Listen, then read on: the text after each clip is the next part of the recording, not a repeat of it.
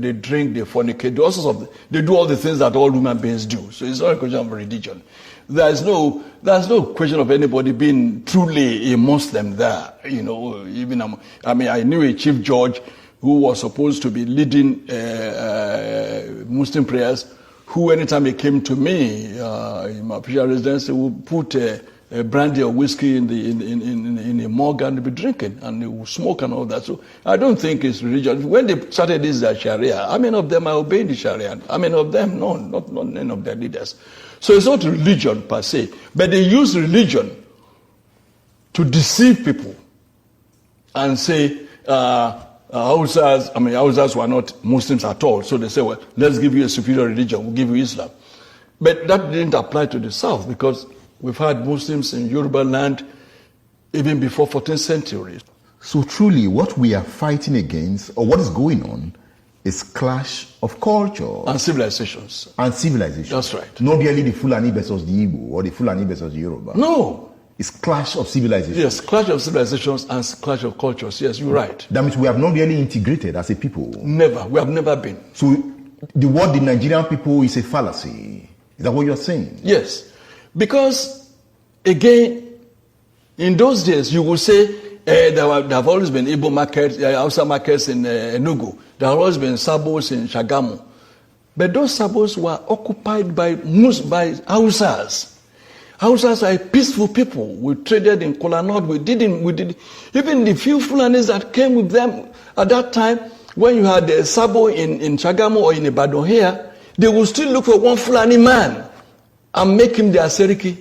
How did the Hausa accept they were subdued. They were subdued. Despite their large number. Yes, they were subdued. Of course, they killed, they ruined, they extirpated their 7 kingdoms. They killed their 7 rulers and took over under the guise of religion. Another thing they used the word corruption. Oh, your people are corrupt. We are saints. Your people are corrupt. They've always used the word corruption to deceive people. But the jihad is over. How come the Hausa man is yet to claim that Hausaness again? It's just now that the efforts we are making in the South have begun to yield fruits. You will be surprised to hear that now in Hausa land, we now have Hausa Christians. Never had that before. Never. You now have Middle Belt Forum that are saying we are not Northerners, we are Middle Belters. We are not Northerners. Don't call us Northerners. Now when you see a Jukum man or you see a Lantan man and you say you are Hausa or you are Fulani, he will be angry. He may even draw his dagger. Don't call me Fulani. I'm not Fulani. I'm not Hausa. What we did not know until recently is that when you call a Fulani man Hausa, he will be angry. He will say Banzani. Because he knows that I'm superior to Hausa. Can you say I'm Hausa? But before Buhari came to establish his suzerainty over Nigeria, we lumped all of them together. We're Northerners. And like I wrote some 4 years ago, there's no North. There's no North that we used to know. The North is dead. There's nothing called North anymore. So there's a Fulani now standing on his own. It's standing on his own. There's no more North. If they try any war today, oh God of mercy. The kind of cohesion you had in the army, the military in 1966, will never happen again in this country, if there is a country at all. You will not find a Hausa soldier now, an Igbo soldier going to Enugu to kill a fellow Igbo. You will not even find an Igbo soldier coming to Ibadan to kill a Yoruba man, or a Yoruba soldier going to Enugu to kill an Igbo man. It will not happen again. So the Lantan people, the Benue people will never ever allow themselves to be used by any Fulani mischief maker. So if I'm getting you right, your argument is that the Fulani hegemony has been broken. Dead. If the Fulani hegemony has been broken, yes, does it mean that the social structure of Nigeria is about to witness a very hard hit that will lead to a new Nigeria? Yes, for those who agree with you to the extent of the fact that there are still some people who want a Nigeria, a group that I don't belong to. But for such people, yes, with the weakening of Fulani hegemony, there could be a Nigeria that will integrate the Soba Fulanis, the town Fulanis, and still reconstruct, rebuild, and then have a Nigeria that should be.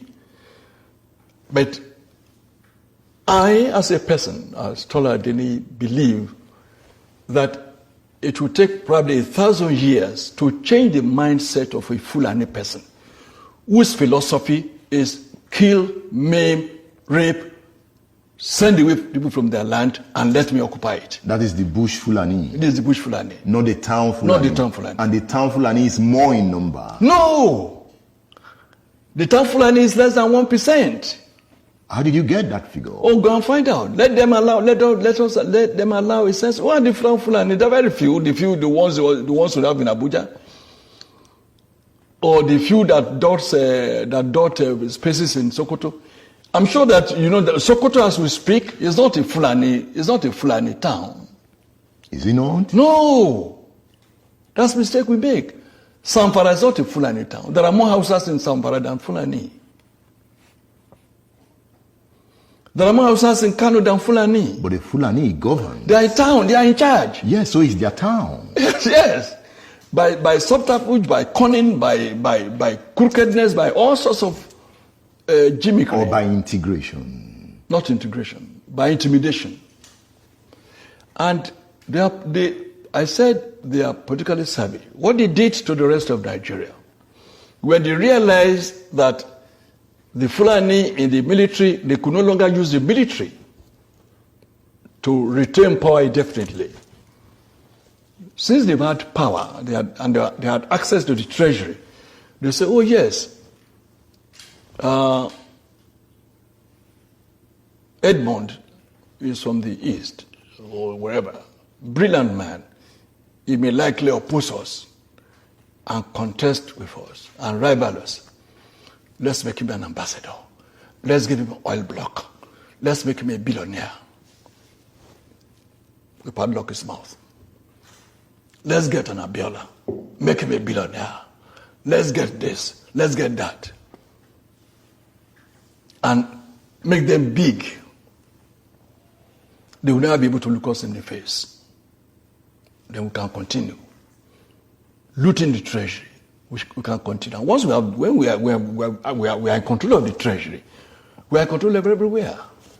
So we can hire thugs. We can do whatever we would like. And that is why they introduced what I call plutocracy into Nigerian political etymology. Plutocracy. Meaning? Plutocracy is the government of the rich. Yeah. Oligarchy is the government of the muscle men.